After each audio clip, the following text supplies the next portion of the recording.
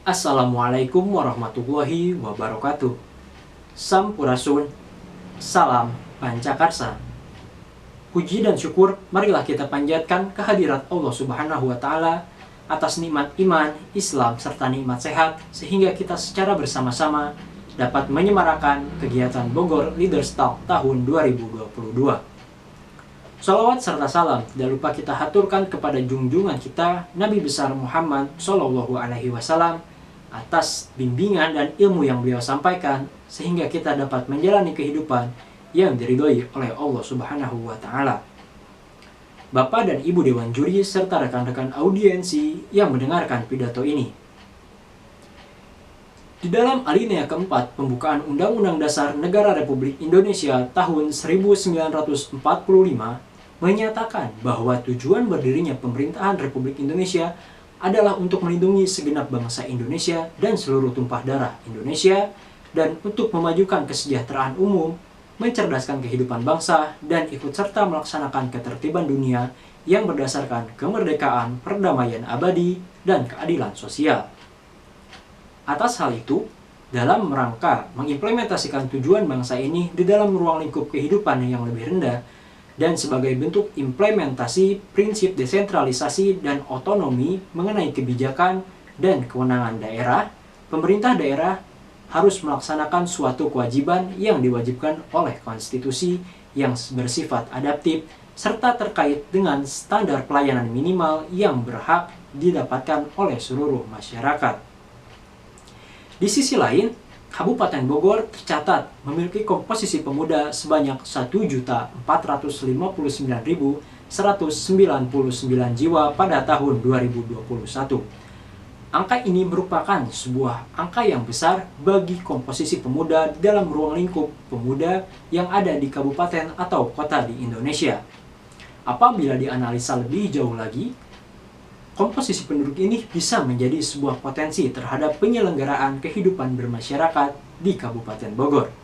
Dengan adanya potensi ini, pemerintah daerah Kabupaten Bogor memiliki program yang dikenal dengan program Pancakarsa. Program ini memiliki misi menjadikan Kabupaten Bogor sebagai kabupaten termaju, nyaman, dan berkeadaban. Program Pancakarsa terdiri dari 5 cita-cita Kabupaten Bogor, yaitu Bogor Cerdas, Bogor Maju, Bogor Membangun, Bogor Berkeadaban, dan Bogor Sehat. Lantas, bagaimana keterkaitan antara aksi dan gagasan para pemuda saat mengimplementasikan Pancakarsa di dalam kehidupan sehari-hari dalam rangka menghadirkan standar pelayanan minimal daerah Kabupaten Bogor yang sangat baik?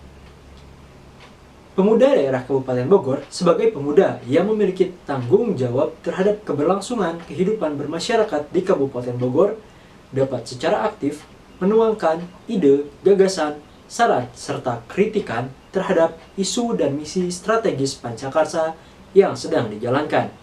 Tentunya, kegiatan partisipatif ini dilakukan dengan memanfaatkan teknologi yang sudah ada. Secara umum, terdapat 6 misi serta isu strategis Pancakarsa, yaitu 1. Mewujudkan masyarakat yang berkualitas sebagai implementasi Karsa Bogor Cerdas melalui peningkatan sumber daya manusia. Peningkatan kualitas sumber daya manusia yang berdaya saing dilakukan dengan cara memberikan pembekalan kualifikasi yang sesuai dengan kebutuhan lingkungan dan kebutuhan industri, serta melakukan peningkatan pelayanan pendidikan sehingga masyarakat dapat mengembangkan potensi yang dimiliki oleh dirinya dan berguna bagi bangsa dan juga negara. Pemerintah daerah Kabupaten Bogor juga telah melaksanakan program beasiswa Pancakarsa yang merupakan beasiswa pendidikan bagi siswa-siswi SMA. Hal ini tentu saja merupakan sebuah capaian yang sangat luar biasa, karena kewajiban pemerintah daerah untuk memenuhi kebutuhan pendidikan hanyalah sampai tingkat menengah saja. Selain itu, pemerintah daerah Kabupaten Bogor juga melaksanakan suatu program yang sejalan dengan prinsip standar pelayanan minimal daerah bidang pendidikan, yaitu berkesinambungan dalam pemenuhan kebutuhan pendidikan. Kedua, mewujudkan perekonomian daerah yang berdaya saing dan berkelanjutan sebagai implementasi Karsa Bogor Maju melalui peningkatan dan pemerataan kesejahteraan masyarakat. Peningkatan dan pemerataan kesejahteraan masyarakat dapat pemuda lakukan dengan cara ikut serta menjadi penggerak ekonomi berbasis kedaerahan dengan memanfaatkan sarana perekonomian yang ada seperti sarana pasar yang pada tahun 2020 tercatat ada 30 lokasi pasar yang berada di Kabupaten Bogor. Pola transaksi ekonomi digital juga seharusnya dapat diterapkan dalam satuan ekonomi tersebut dengan cara pemuda melakukan sosialisasi dan edukasi kepada pelaku ekonomi sehingga persaingan dapat tercipta dan sifatnya tidak hanya domestik tetapi regional maupun internasional. Ketiga, mewujudkan pembangunan yang merata, berkeadilan, dan berkelanjutan sebagai implementasi Karsa Bogor Membangun melalui peningkatan konektivitas infrastruktur wilayah. Peningkatan konektivitas infrastruktur wilayah memiliki tujuan memudahkan arus mobilisasi masyarakat, serta meningkatkan arus perputaran kas melalui distribusi barang dan jasa. Hal ini ditunjukkan dengan turunnya panjang jalan berstatus rusak berat dari 71,3 km menjadi 6,32 km pada tahun 2021.